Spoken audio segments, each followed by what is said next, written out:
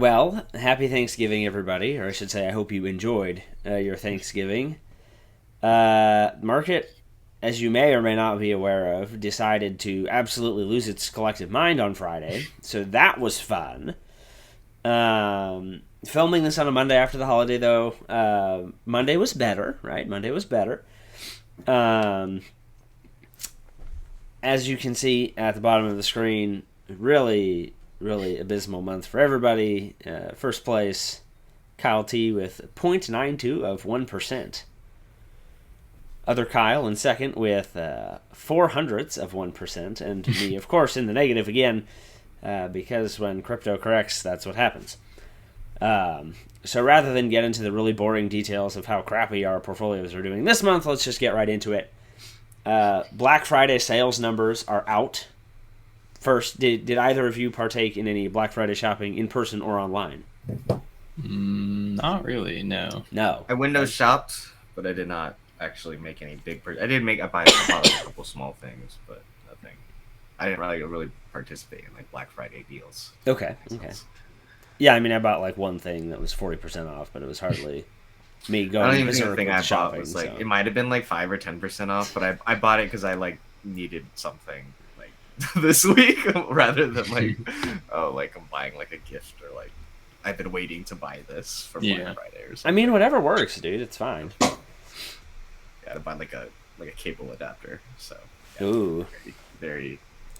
That's what I should have done. I should have gotten a new dongle connector thing for my Mac because this one is like dying. But maybe tomorrow. Maybe Santa Claus will bring me one. I'm not sure. But anyway, sales numbers are out. I think we talked about it last week. I mean, my inbox is still full of like people having 30% off deals. So yeah, and that's what we're gonna get to because people are disappointed that Black Friday sales went from $9 billion to $8.9 billion.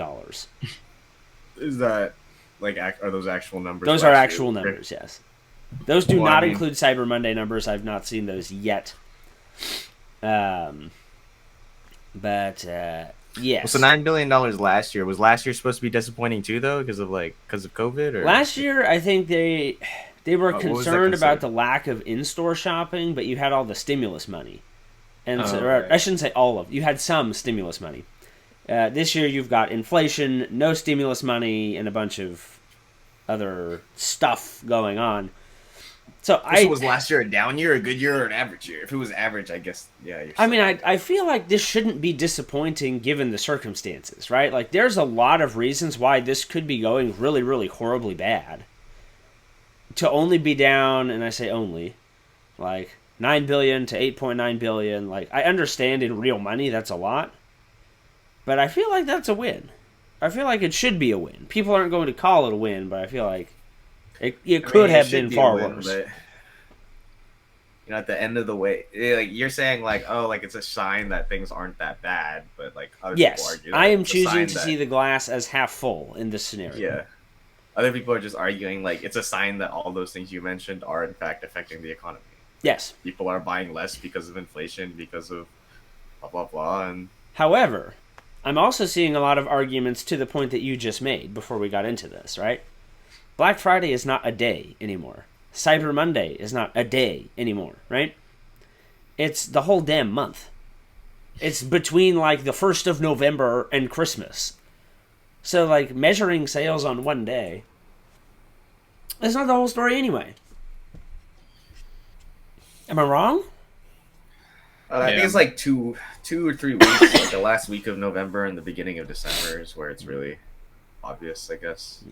Yeah. But, yeah, I don't know. I feel like sales go on longer now.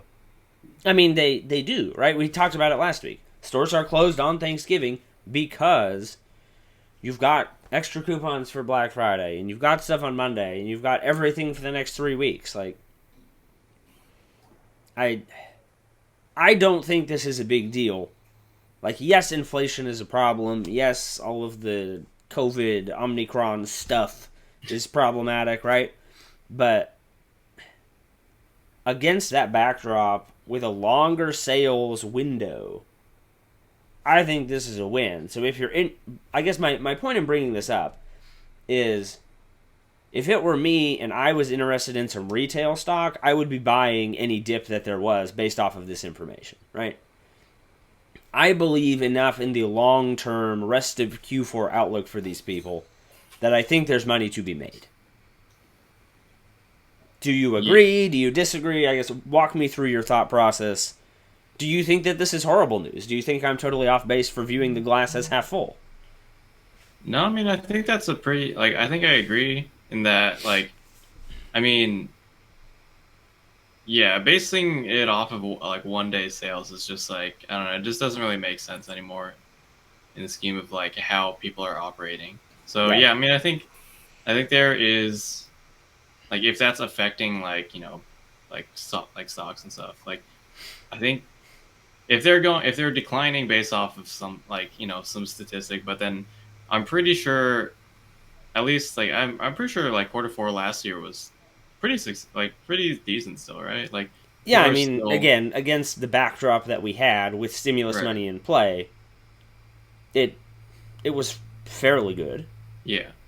I mean, I think, yeah, if like, I don't know. I mean, yeah, I think there is potential to be, to make gains with it. Kyle? I don't think you're like off base. Like, yeah, I don't. I do think sales go on longer, so there's potential for people to make it back. I don't know. Me, I'm not an economic analyst. Maybe I mean, like you could argue. I kind of felt the same way last year, like that sales had already were going on longer last year. So Mm-hmm. argument could be like, hey, like that was true last year, and we just know that like like it only makes up this amount. So like we're worried about it or whatever. Mm-hmm. So I don't know, but to me, like also zero point 0.1 billion. Yeah, it's $100 million, but if we're talking about fractions Yep. of what the amount is, like it's not a massive loss. To your point, You by far sound the least optimistic of the three of us, though. I don't know. Like, it's not that I'm not optimistic. It's just like I don't know if it matters. If that makes sense. Like, That's fair. yeah, I think like money is there to be made up in the second half, or like not the second in like later parts of the month. But like, does that matter to investors? I guess.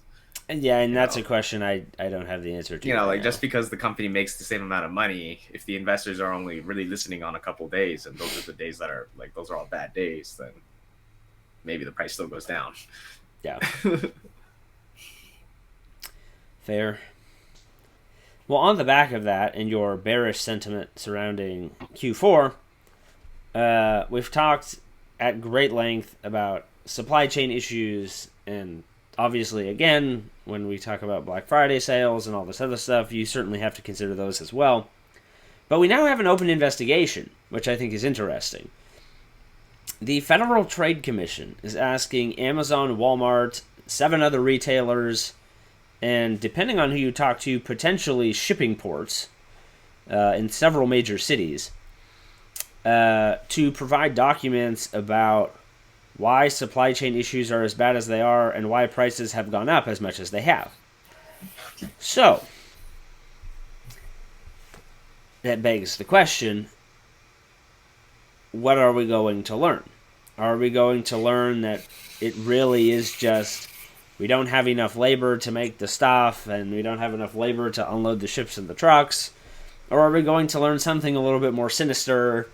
Oh, we thought we could get away with raising prices because we were going to profit more money.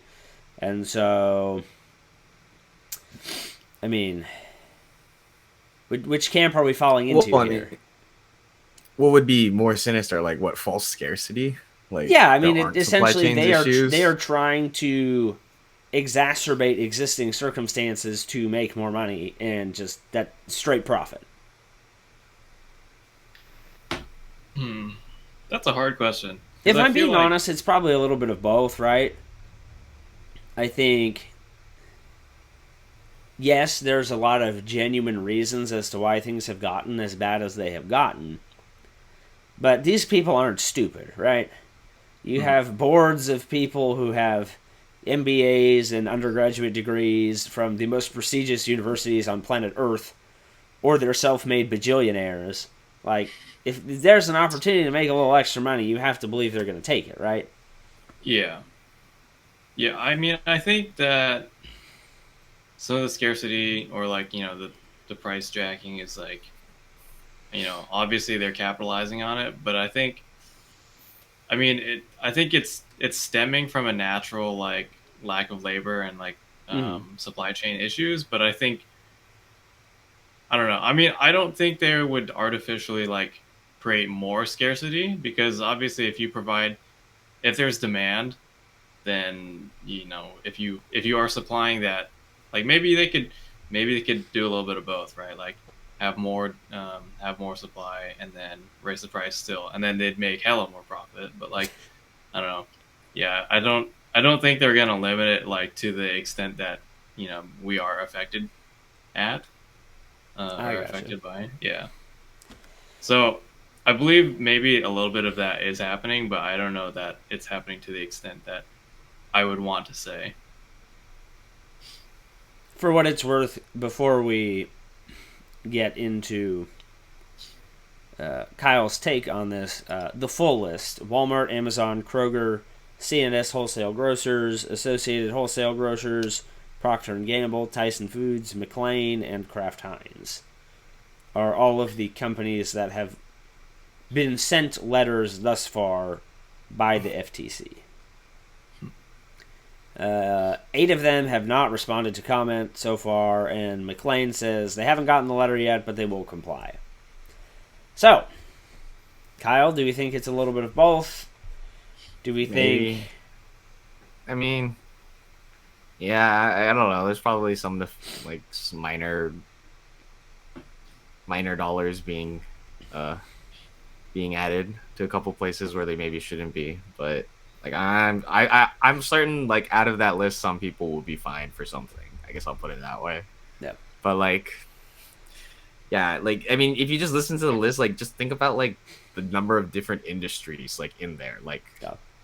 like they can't all be colluding with each other to agree. Like, hey, well, I'll just No, and I pretend. don't think they're Like, necessarily colluding with each other. I think you could have 8 or 9 different actors who've each made individual choices. yeah, well, I mean, like, it would be more interesting to me if they investigated like someone further up the supply chain, like closer to the source. Like, then you could Okay. argue maybe like, yeah, like, like okay, like there's a lot of like shortages, maybe like a rare minerals provider. Like, is that person like, or like the things that you use to make electronics, like those kind of things, like are Yeah. those providers like like lying about, because like a lot of industries would then be affected, Well, like. and I think it's interesting. I know some friends in like transportation and logistics from when I used to work at the law firm, and like their whole thing is there's not, and we've talked about this many times on the show. So if you've watched any of these, you know what's coming. It's not that there's a shortage of labor; it's that there's a shortage of people willing to pay the laborers what they should be paid. Yeah. And so their whole thing is like, look, there's lots of truck drivers who would be happy to unload these ships and drive this all over the place, but not for what you're going to pay us to do it for. And so, to your point, going further up the chain, perhaps we've missed the boat a little bit with this investigation by failing to look at some of the things they may or may not have done to try to address some of the labor issues instead of just the actual products themselves.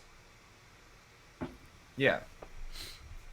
Because I think you're right. I think that okay, 8 companies is a start, but this is such a big problem. You're not going to solve it by talking to 8 people. There has to be more to it than that. But the reason I bring this up in conjunction with Black Friday stuff, I already told you if there was a dip in retail, I was bullish enough to buy it and ride it through the end of Q4, at least until earnings were reported.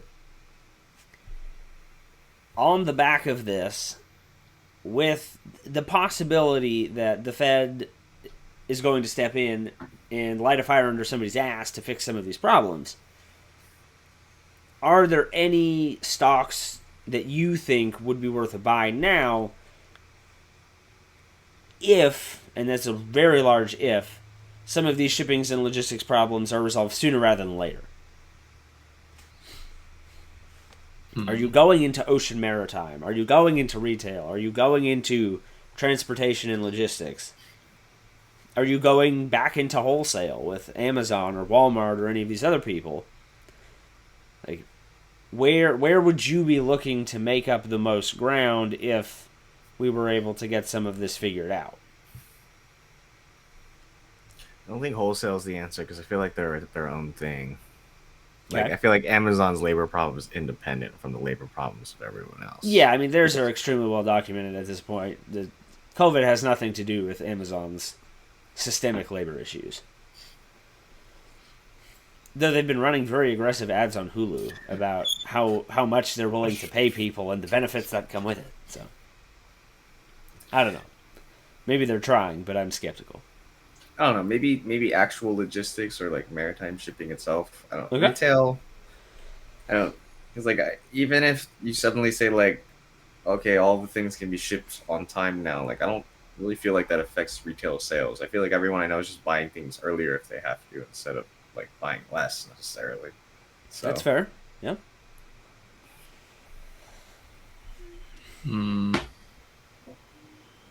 I guess. I mean, logistics seems like a good way to go because everyone relies on it.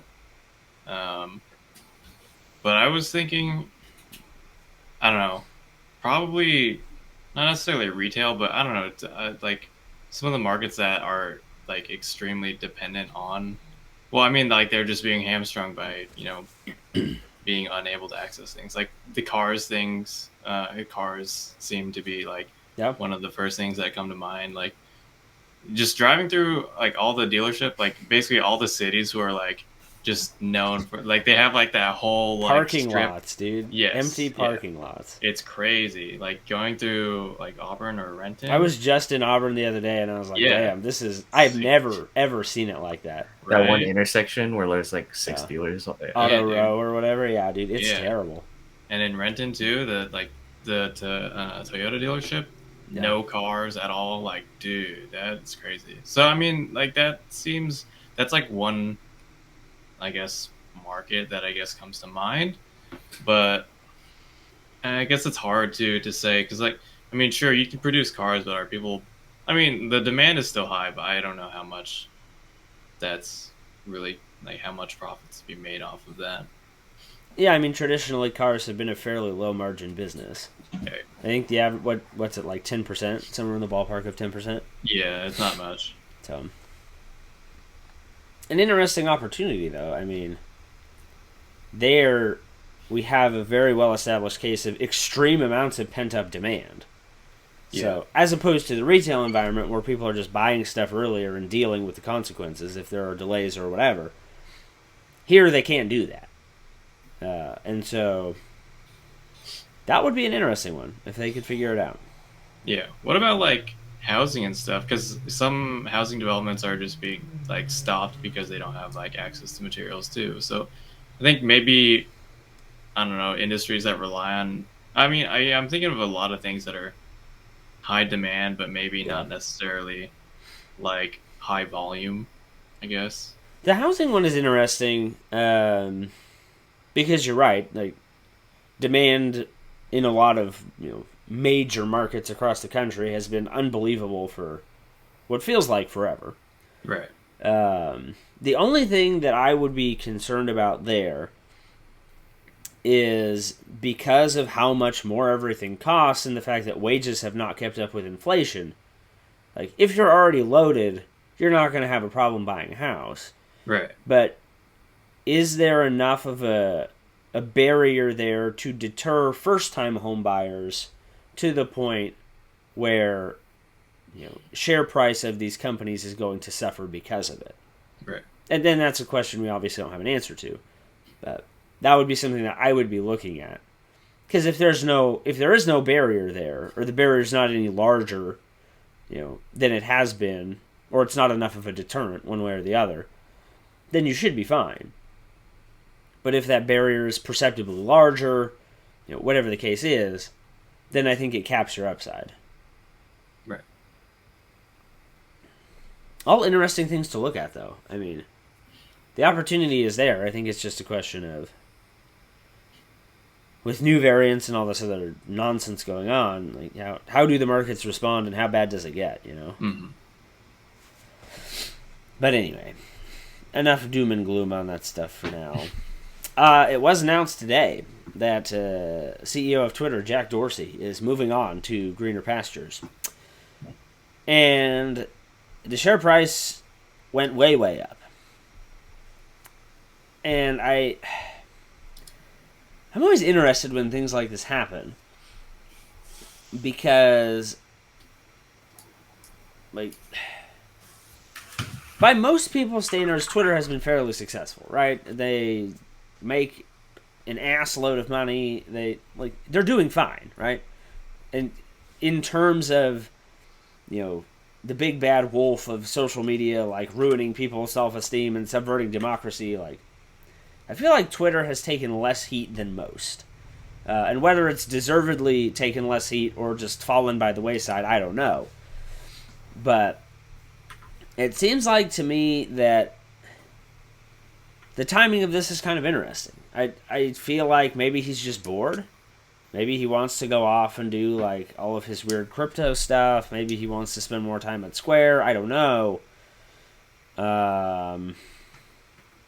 What do we think? I mean, are you more or less optimistic about the future of Twitter now that Jack Dorsey is not there? I mean, I feel like it depends on what you mean. I mean, I can see why the stock price went up when he was fired. He was a very outspoken, like... Technically, he was not fired. Technically, he resigned, and appointed the chief technical officer of the company to replace him. Yeah, like, I mean, like, him leaving. Yeah, probably, okay. Wait, honestly, he probably wasn't fired. Him leaving or quitting or whatever, like... Doesn't surprise me that the price went up, because he is, like, a pretty outspoken, like, politically dude. Yep. And, like, you know, like... His long beard and he's got a different vibe now. That's for sure. Yeah, he definitely kind of projects a certain vibe. So I mean, do I think it's good for Twitter? No, probably actually not. I feel like he seemed pretty outspoken about letting like free speech on Twitter, trying to like not moderate too much, but also be within the bounds of the legal decency. We'll say, I guess. Mm-hmm. And I guess like. Maybe like being more upfront about what is like, what is actually fact and what is shared opinion. So I don't think that's good for Twitter that he's leaving, but for profit or for as a product, yeah, probably positive. Yeah, I mean, I feel like everything has a shelf life, right? Like even if you found the damn company, there comes a point where people with newer ideas and a newer vision of where this needs to go next should be put in charge to do those things. Just because you found it doesn't mean you have a lifetime appointment. Well, I just think that there are probably better business people that could take over. Probably. And is what the investors probably think. Like, well, I mean, the fact that he's not focused on running two companies anymore has to be a plus, too. Yeah. Running one is hard enough, let alone two. I mean... I don't know if that's good for the product necessarily because like you usually do want your CEO to be one of those kind of innovative people that are kind of like more out there. But if the product's already there, like it's not like you need to you don't need to add new innovative features to Twitter right now, like not right this second. So no, they did miss earnings last quarter, but. What social media company makes earnings? I mean, Facebook probably, but I would have to fact check that. Like, actually? I don't know. Weren't they like getting reamed? Or, like, when they first... Well, the thing you have to, like, Facebook's problems are not related to earnings. Facebook's problems are related to reputation. Are they not related to earnings? I mean, like, if no one trusts Facebook and their ad shit... The problem is that there's not a viable alternative for a lot of businesses to advertise digitally. Because Facebook is still, as much as I hate Facebook, and this is me as a digital marketer, like as much as I loathe the platform for all of its myriad of problems, for a lot of businesses, there's just not a cost-effective replacement for that. If all you have is $50, I can count on one hand the number of places you could actually buy advertising. And How that much list is starts with how, Facebook. how much is advertising on like Twitter versus Facebook? Like, I would okay, assume they're probably comparable, you're but $50. Like, what does it get you? Well, then, like, why not do Twitter then? Like, why not? I feel like Twitter has more viral potential, it has viral and it's potential. The problem is that a lot of business owners, and this is me making a generalization, again, based on my own experiences as a digital marketer, they I feel lack the like a lot skill. of small business owners in particular are less apt to using Twitter or less fluent in Twitter because it's easier to find more of your demographics on Facebook and Instagram. I guess it's fair. And Facebook did I actually think meet, they did beat third quarter earnings.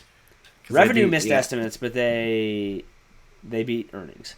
Okay, I guess that's fair because in my mind, Twitter has like so much more potential. Like younger people use it. It's like I feel Don't like get it's a me better wrong. I think demographic that the Target, but I guess it's true. Like you have more people get lit up on Twitter all the time too. So like yeah, I mean, I You have think to it's have a just it's a certain very level of different social user ability. experience, and for businesses who are looking to advertise, I think that it feels more accessible for them to get into, and especially with the number of people who Facebook or Instagram is your primary platform.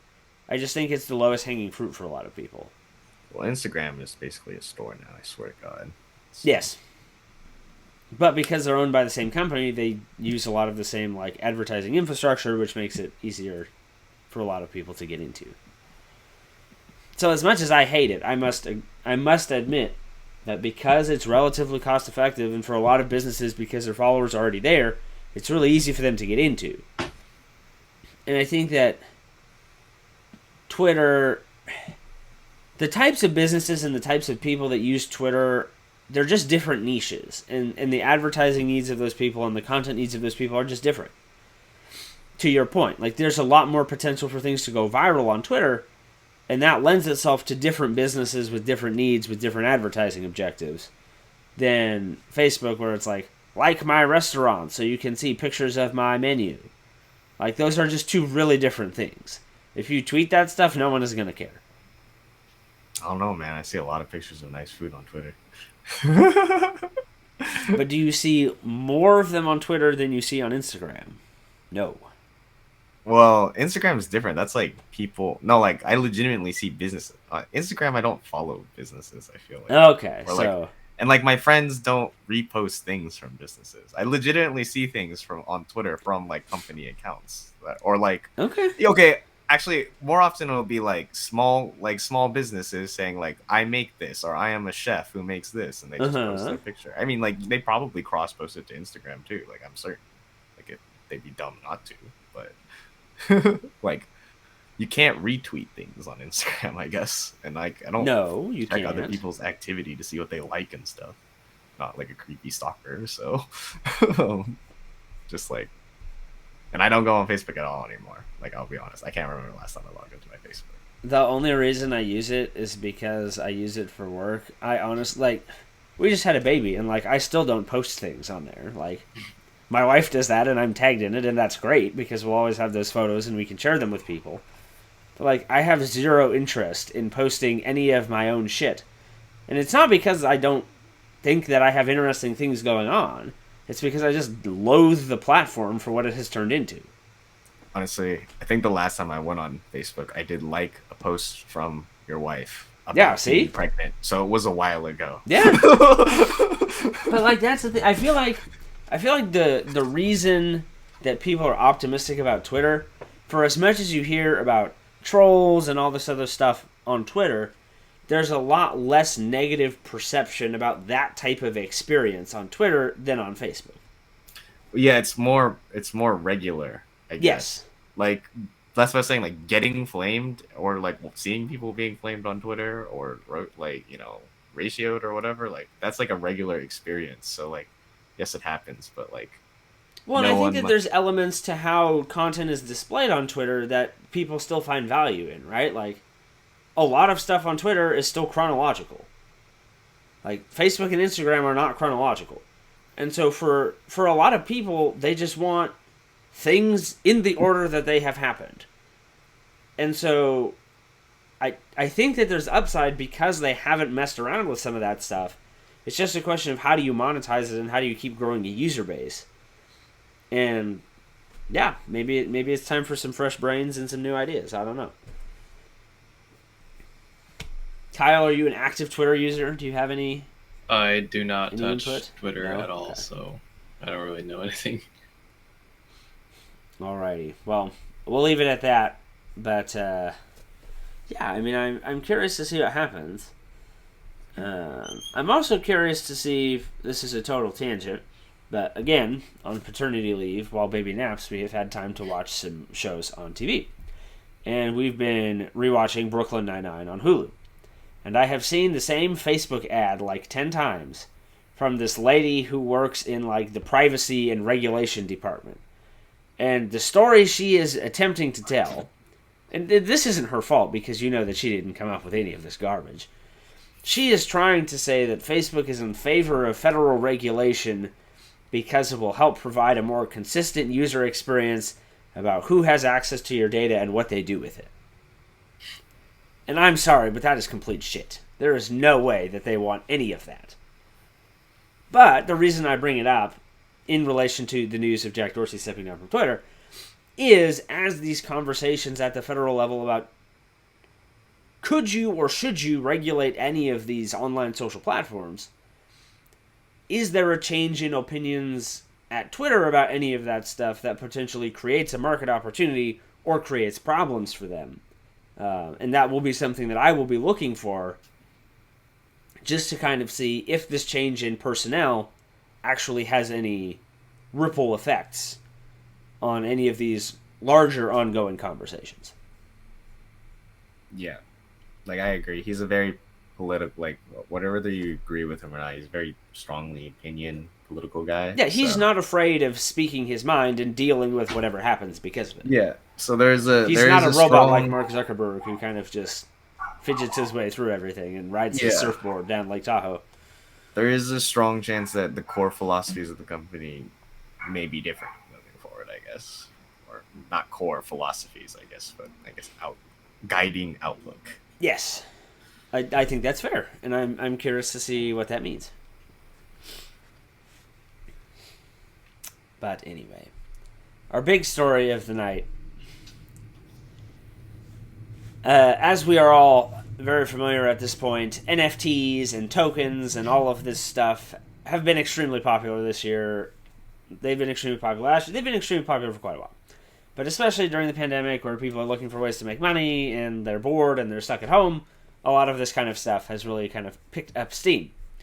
So, our main story of the night involves a nice man who has sold tokens of himself.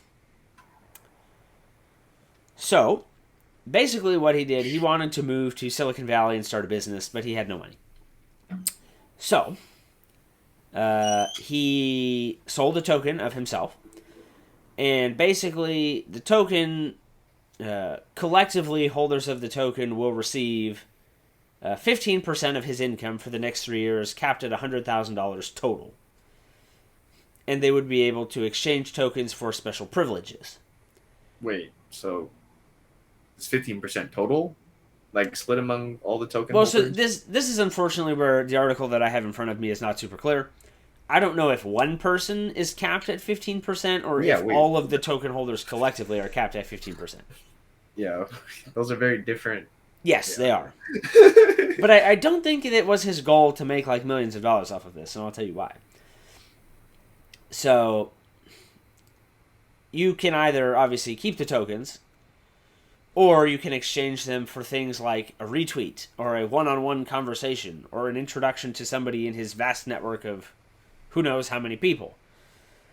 But the reason that this is interesting is because while to some of us it may seem weird, and Kyle has some very fair questions about what are you actually making or getting off of this exchange, for this guy it worked.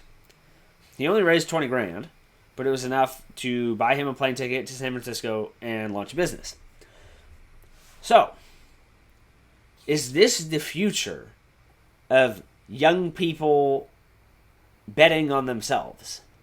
Instead of trying to raise venture capital, instead of getting a bank loan, do we all just start selling tokens of ourselves in exchange for percentages of our income or unique perks based on whatever skills and abilities we may possess?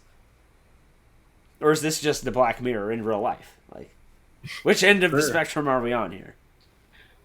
Both. I mean, I think it's the first thing, but that doesn't mean it's not like a Black Mirror episode.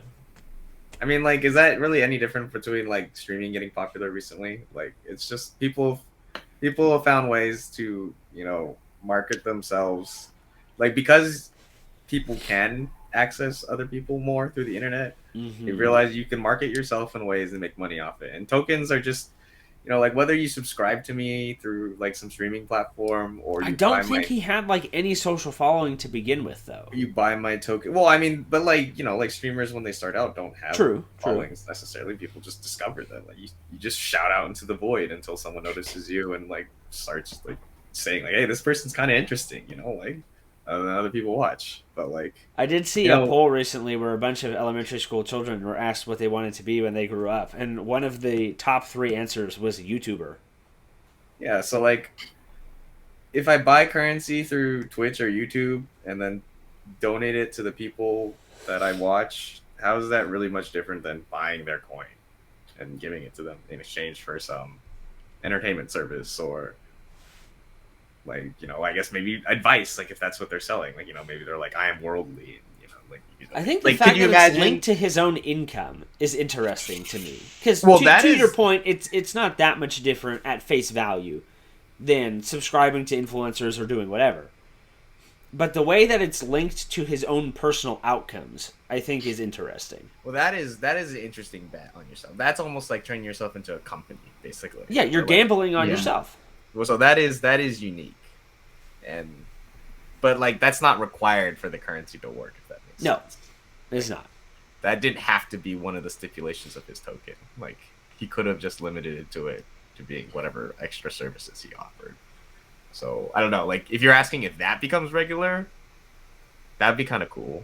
I don't know. I'm less certain about that. But if you're asking like, do people just start using this as a way to exploit? Like, hey, like you know, like basically pay me for stuff like that I can do. Like maybe.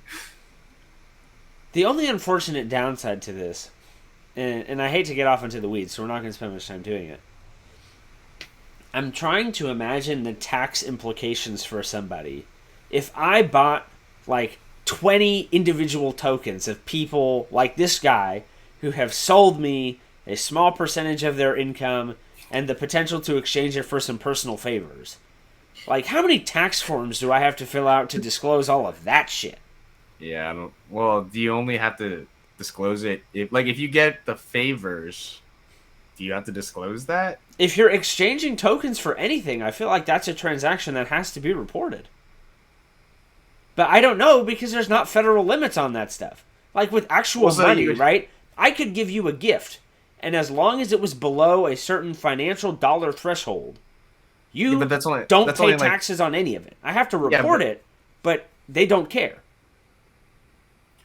Yeah, If but, it goes like- over that threshold, it's a problem. Here, Well, we I don't guess it have depends. guidelines. How were they buying his token? If it's through, because like in my mind, okay, if you buy my token through some platform, like some regulated Yep. platform, it's already you probably are already taxed in that transaction. So Mhm. the transaction itself had some sort of tax. If I give you a service, that like there's nothing really to be recorded more. Like if you take the token and then like give it back to me in exchange for like me zooming with you, then that is basically you just paid me to zoom you. Like there's no like additional like Yes, okay, like, but if I get a percentage of your income and have a Zoom Well, so- call with okay, you, no, how on but, like, earth am I supposed that's what to I'm saying. track So that? if you but like when you do the income part and you do an exchange, then that would be taxed back. Like then you would have to report that. But like I'm saying, Okay. like all the services you wouldn't. But like the ones for income, you would only have to report if you decided to exercise the income option, and only when you decide. It'd be like stock. Like you know, like I buy it, I don't get taxed unless I sell it for money, and then I True. get taxed on what I True. sold it for. Yep. So you know, like you hold the token. I mean, maybe I don't even know how it works. Like, can you hold it for multiple years and then you cash it in on a year when he makes a lot of money? Like, if that's the case, then I think it should be exactly like a stock. Like, you get taxed on whatever exchange happened for you to get these tokens, and then when you give me your income, like I will get taxed then somehow. Like, but that wouldn't really be that many forms. It would just be like, that would just be a form of income, like an investment almost. Like you would just be like, I gained $60,000 because this dude made, or $100,000. I hit the max on this 15. See, that's the other thing. Like, it only makes sense to me if it's 15% of his income split among all the token holders, because it can't be 15% each, because otherwise, like, how would? Yeah, I mean, eventually like that's 4 token holders. That's a net negative for him. That's true. Well, and so that's a good question too. So he raised 20 grand off of this. How many people actually hold tokens? Yeah, how many? The number of tokens that he released for this? Yeah, how many, are there 15,000 tokens? I don't know. Like it doesn't one say. For each. It does not say. Like for each 0.01% of my income. We know that there's thousands and thousands of them, because 10,000 is what buys you a retweet, and 20,000 is a conversation, and 30,000 is an introduction to someone in his network. So to me, it's not. These to me kind of sound like credit card points, where you earn one for like every half a cent that you put on your card, and then it takes 100 million of them to buy 5 nights in a hotel somewhere. See, like, taking nothing away from the ingenuity of this guy, that exchange rate to me seems like kind of a raw deal, unless he's very well connected. Well, I mean, if you tell me there's 15 million tokens, then... True. Also true. And $1 buys me like 10,000 tokens, then yeah, sure, okay. Or 100,000 tokens. Actually, yeah, like 100,000. I don't know if I'd pay $1 for a retweet. No, I mean, that's obviously the least valuable of the 3 options. That's why it's the cheapest. Maybe like 10 cents. That's like 10 cents. I don't know. Like, we have no idea what the conversion rate is. Yeah. I'm curious. Like, we talked about like new people doing this to bet on themselves, maybe using like the income stat. Like, yeah, if I'm a famous person, why don't I just do this? Just like, well, and that's actually, it's interesting that you bring that up, because the rest of the article actually goes into how isn't this just like Fiverr but with like more steps? Well, so the person who writes, so this is published in the Atlantic, and let me give credit where credit is due. Rex Woodbury of the Atlantic, he goes into this example, like, hypothetically speaking, if Taylor Swift were to do something like this, what would that mean now, or what would that have meant back when she started for, like, record deals and, like, rev sharing and, like, all of these endorsement contracts that she has? Like, is this a way for artists to, like, maintain reshape entirely, like, the music industry as a whole? Like, what good are record labels if you can just sell tokens of yourself directly to the consumer? No, I agree. Well, I mean, like, is that where this is all going? Because to me, it sounds like a pretty damn smart thing to do. The argument for like record labels is that they get your music out there and stuff, and like, I kind of disagree that they really do that, but whatever. Like, they'll hang on to that, but like the idea of like celebrity endorsements like totally changes. Like, instead of me being like, there's no way, unless Nike is paying me like literally hundreds of millions to like giving me the LeBron James treatment, there's no way I want to be an exclusive athlete anymore. Yeah. It's like, Nike and Adidas, you buy my tokens and then you pay me to retweet your stuff, right? And then like, and I also limit like, what my participation level is, essentially by limiting what you can buy with my tokens. Like, I'm comfortable only wearing your shoes for a whole year, like I'll make that one of the things you can buy. And if I'm not comfortable doing that, then that's not gonna be an option for you. Like, and and if I'm a small guy, like that's probably better for you as a company. You don't want to commit to, to this play, like, this young emerging player yet, because like, you don't really know if they're the thing. So like, maybe you just pay them a little bit to like, retweet your stuff while they're young, and then you establish a relationship with them, and then you could try to sink the big multi-year, like, 6 or 7 to 9 figure deal with them. But I don't know. Like, I think for celebrities, this is interesting. Well, so the other hypothetical, I shouldn't say hypothetical because it's not hypothetical. The other way that this could be explored, and our our friend Mesmej, the guy who sold tokens of himself, actually put this into the token. So this is another way that you could spend them. There's like a control my life component to this. So like if you're a token holder, you could vote on like decisions that he was making. This is literally like some of those weird Twitch streams. No, it totally is. But like for regular people, like giving random people you've never met the opportunity to dictate whether or not you exercise or like what color car you buy. Like everything has become a commodity that can be purchased.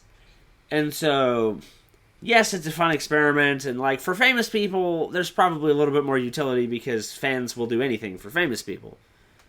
But like, some of that seems like it could be potentially dangerous. Yeah, like what if you don't protect yourself properly, and then someone my followers told me to jump a motorbike over the Grand Canyon, and I crashed and broke my clavicle. Like or I just don't want to do that, and now they're suing me. Yes, yes, that would be all of the above and more. I feel like people probably just wouldn't jump, in which case we would get to the second one. But yeah, like I don't know, like you are saying like you can buy any aspect of my life, basically. Yeah. But now, again, to your point, you can limit what token holders are able to do, but you have to set those boundaries very carefully. Could you? Yeah, people have to find a reason to want to buy it, but you can't just let them do anything. If you let them do anything you want, and they tell you to rob a bank, and you actually attempt to rob the bank, and you shoot someone during it, let's say, like obviously you are for just making that an option and going through with it, you're probably doomed. But the people who voted you to do that, are they liable? Probably. They told you to do it. They would be co-conspirators in your attempted robbery of this bank. That is where it gets really iffy to me. Like you could not. There is a potential to just hurt yourself. Right? Like you could be told to do something that hurts other people, and not only are you potentially responsible for that. Like if I just voted for fun, jump off a building because I think it's funny because I'm a edgy little kid or whatever, and then you jump off the building. Am I fucked? Kind of. I feel like. Yeah, I mean, it's like, what case was that? I don't remember the name of it, but there was one where a couple little girls got really into the whole Slender Man thing back when that was a thing. And they almost murdered a friend of theirs because they said that Slender Man made them do it. It's kind of reminding me of that a little bit. Where you could get into this really slippery slope of very, very rash and irresponsible things taking place as monetary transactions. Well, I mean, people already do dumb things, People do dumb things for no money at all. They want video views or whatever. Well, yeah, for TikTok or for Twitch or YouTube or whatever, people already film themselves stealing or vandalizing or hurting people, harassing people, doing whatever. So, if you legitimately will receive money for this, prior to doing it, people have to pay you to do it, first. Yeah. Wonder if those people, so say, for example, the person you paid, does some terrorist shit, are you not, do you get charged for aiding a terrorist? It depends. Did you tell them to do it or not? Yeah, that's true, I guess. I suppose there's ancillary liability as a shareholder, maybe, but I mean, I don't know. Yeah. Yeah. It's a lot. I don't know. Yeah, regular people, it's can you imagine if Elon Musk had one? Yeah. He had his own Musk coin. So many people would buy that. Don't even put that out into the universe. We don't need that. And how does that work? What if he's I'll tweet something for X tokens, and people are tweet about the Tesla stock price. Does the SEC super illegal under already pre-existing laws about market manipulation? But he's I'm not they the token people have spoken. Like, how does that work? Like, Yes, I mean, but it's he's still gonna tweet it illegal. before If even he asks. owns the company and tweets information that manipulates the share price because token people told him to, like, that's still illegal. Is it? I mean, he's gonna tweet it. I feel like before asking questions. So, I don't know. I mean, what if he doesn't even like? What if he's not even tweeting like information though? They literally just tell him to like tweet the words Tesla price. So he tweets Tesla price, and the stock goes up or down. Like it just something. I feel like that is not material enough information to what the company actually does.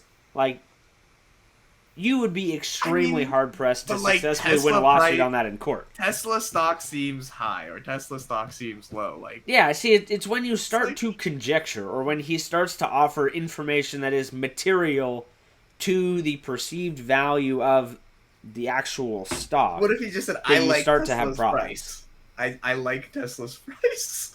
Like people are going to ask it. Like they're going to figure out every loophole they can and then ask him to tweet that. Like, Well, that and will that's keep it why going. if I was Elon Musk and I was selling a coin of myself, maybe if you let people pay you to tweet shit, maybe you say, here's a list of topics that I cannot tweet about or I will get arrested. This is one of them. I don't know. Just a thought. Well, no, I'm saying that like even if he like rejects illegal tweets, we'll say like people will take the time to craft legal tweets. That's what I'm saying for him Yes. to tweet. I'm that very do aware, the yeah. thing that they want. So like I'm like how does the government respond to that? Like that's what I'm asking. Like when he They tweets don't, something and let me tell you that's- why. You have senators on committees that are already trying to craft regulation about this shit that don't even know how the internet works. Like, you can Yeah, bring like- in policy experts and they'll take a like crack how at are you it. going to explain But to as them long that- as people in the U.S. government are responsible for this and they don't understand fundamentals of technology, you are absolutely screwed. yeah, like how are they ever gonna understand? Like, well, this dude in like maybe not even in the U.S. necessarily.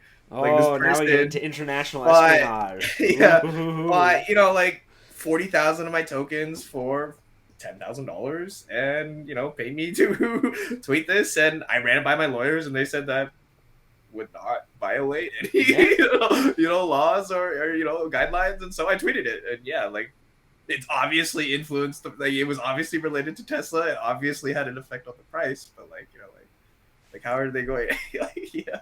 Yeah, I mean, I don't know. That's a great question. Like the senators are gonna be mad when they're like, what if someone from China makes an American business person tweet Oh, it? dear. The company price goes down. Like, can you imagine the outrage? Like, Oh, no. or just tweet something like a celebrity has to tweet pro-China statements. Like Taiwan is not a country. Like just imagine having to tweet that as a B-list celebrity, even who did this to make money, and you're a B-list celebrity, so you didn't think all of the like potential ramifications through. You didn't have your team of lawyers like Yeah. review everything beforehand. So you're just like, well, shit.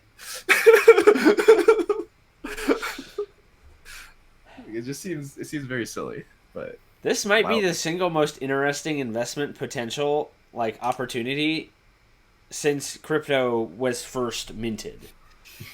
Like, the potential for this to go catastrophically wrong feels think- like an absolute guarantee.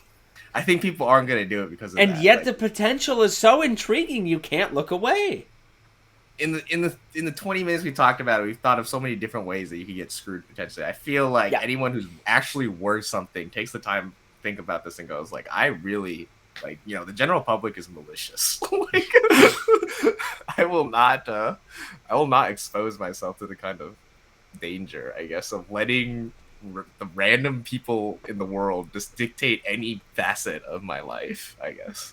Okay, so that's one answer because you actually took the words out of my mouth. That is my final question. Would you issue a token of yourself? Probably not. Kyle? I don't think No, thank you. Yeah. there isn't enough upside, honestly. Like, I'm actually surprised this guy mentioned, you say no social following, you mean $20,000. But I think part of it is the how it's fresh, it's new. Yeah. didn't really exist before, I feel like the novelty will wear off. So I don't personally. I have to be honest. Not that I well am known. tempted. I am tempted by the prospect of this. What would you offer? Okay, what are the Well, services? but you see, would this offer? is the caveat to me being tempted. I think that this has the most utility in the scenario we already outlined. Are you an existing personality of some sort with an existing customer base? Do you have a YouTube channel that gets hundreds of thousands or tens of thousands of views? Are you a personality on Twitch? Like, this is who that is for. Me as a person that very few people have ever heard of outside of my own immediate circles, I would have to craft a shtick, or a series of shticks, in order for this to work, and then I would have to hope like hell that I found people who thought it was interesting enough to buy it. And therein lies the challenge, I think, for a lot of people. This guy figured it out, made 20 grand, moved to Silicon Valley, and started a business. Good for you, you figured it out. But I don't know that a lot of other people that don't have that pre-existing foundation are going to be able to figure it out. I think on the flip side, the income part would be the way if you are. Well, yes, if I person- offered people part of my income, I'm sure they would buy the Well, I Jordan mean, like, coin. basically, Like, why the you're hell just- not? You're just turning yourself into a potential investment. Like honestly, like I think that would be like if you were unknown and you needed capital, like upfront capital for whatever reason. Like I do think this might be a way to be like, hey, like it's basically like a GoFundMe, but like with way more legal gray Well, areas. is this like a real life version of like some form of the Truman Show?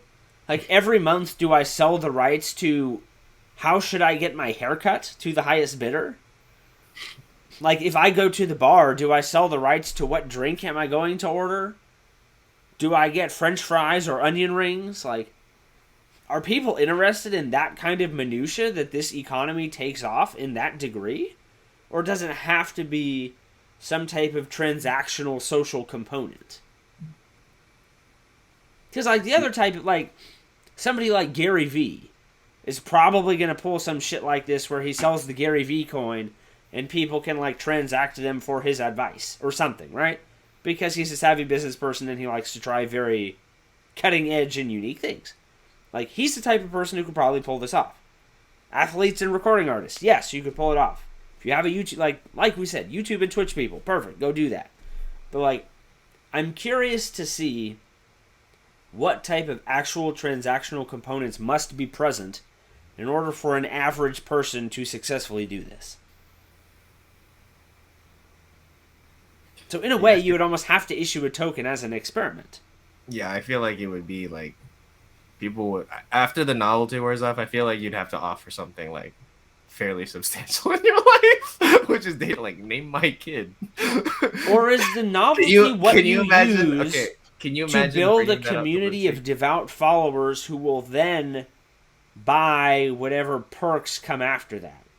Is this like the grand opening sale, where for the first 6 months or a year, you give people the right to do some really wacky shit, and then after that, Well, yeah, like, this is the obviously. direction that we're moving. It gets a little more normalized at the end. Yeah, I feel like it happens like a lot. Like like people are known for their personalities and like their like their kind of stuff as Yeah. they're rising to fame, and then once you get to a certain level of fame, you realize like if you want to protect your image, there's a little bit of conservatism that needs to go on in some ways, or like Uh-huh. reeling it in a bit. So yeah, like you're gonna have to do something. I wouldn't call it necessarily gimmicky, but like can like name my kid. No. That would be something that I would buy. To be honest, No, I would buy dude. that token. Somebody, Can you I'm imagine sure, trying could to- get away with doing that. I am not. Can you that imagine person. bringing that up to your wife? Yeah, like so. I'm not I that sold the person. rights to naming our kid No. for the price of her tuition or his tuition. Well, so that's the other interesting question, right? What happens when one of these people wants to take their coin out of circulation? Is it possible to buy it all back without cratering the value of the thing? No. If my token has made me $1 million and I say I'm done, I want to retire, Yeah. is it possible for me to make the token disappear without losing all $1 million that I have just earned from said token? Well, Yeah, well, if the token's only exchangeable for your service, if people give you money for the token, like you've already got the money for the token in my mind. Like if they Yes, don't but I'm get that- saying if there's monetary value attached to the token. I think Like if one Jordan coin is $1, right? It's currently valued at $1, but like all tokens, there's volatility involved. yeah. Have you trapped yourself in some type of permanent cycle because it think is only- not possible to take your coin out of circulation Only without if- cratering the value of said coin? Only if you offer monetary value for your coin. Like I said, Yeah, like, so if you- you're using it only for exchanging services, then no. Like, Yeah, if the people are only holding way coins- the only Yeah. way you could get out of it, you're exactly right. You would have to transition if there was ever monetary anything associated with the coin. The only way you could get out without cratering the value is you'd have to demonetize all of it and transition the value solely to items of exchange or services, not you actual would- money. Yeah, like if you offered your income, I guess, like if Yeah. as part of the thing, and people were holding onto it, saying like, "Hey, I'm gonna wait for a year where I think he made a lot of money and cash it in," then yeah, you would. I guess like companies can quit, right? Like a company can decide like we're gonna stop existing, even if we're publicly listed, right? They usually don't, but yes, it's But they theoretically could, possible. but like so, but they have to. But if I'm a shareholder, I get paid out of all my stuff, right? Like Yep. you have to pay me out my shares essentially at that moment. So, like I feel like it would be the same. I mean, if you're gonna retire, you're not gonna make any future income, right? So, like the idea would be, yeah, this is my last year, so you get whatever you were entitled to this year. I get your coins back. If you're holding on to services, you better spend them because I'm not going to be offering those services, so you're going to be holding worthless coins. My question is, could you do something like nefarious, like offer, like let's say you have 100,000 coins, and you offer services in amounts where no one has that amount? I feel like people are smart enough to figure that out, though. I mean, like that's how you would do exclusive deals. Like if I was an athlete, I would have 100,000 coins, Mm-hmm. right? And I would make exclusive rights to wear shoes for like a year, 51,000 coins. So you'd have to buy more than half of my tokens to get that right, and then you'd have to give them immediately back to me. Yep. And then so I can sell the rights again next year, but no one else could have bought that. So like that's how you prevent people from, like No, honestly, that's a really savvy way to do it. You just have to get people to play ball. yeah. So Which again, you have to have an existing foundation for something like that to work. yeah, so like if you trap yourself into the income thing, I think there'd have to be rules about like, well, you have to pay it out basically. Now if you're retiring because you're declaring bankruptcy, like what happens? Well, then you do what happens in bankruptcy. You liquidate all of your assets and you split it up and you give Among it to your token creditors. people? Okay, Yeah. yeah. They're just creditors. Okay. That's a very fascinating hypothetical scenario. Like I said, I see this going horrifically wrong. This is going to be a train wreck. But it's so interesting. There's so much potential here. Both good and really, really horrible. But as a future of the economy, I am undeniably curious. I guess I'll leave it at that. So I'm the only one of the three of us that would consider selling a token. Good to know. Good to know. Well, as I like we to meet the people who ask me to do stupid things in my life, Jordan. That's how I agree to it. Okay, that's fair.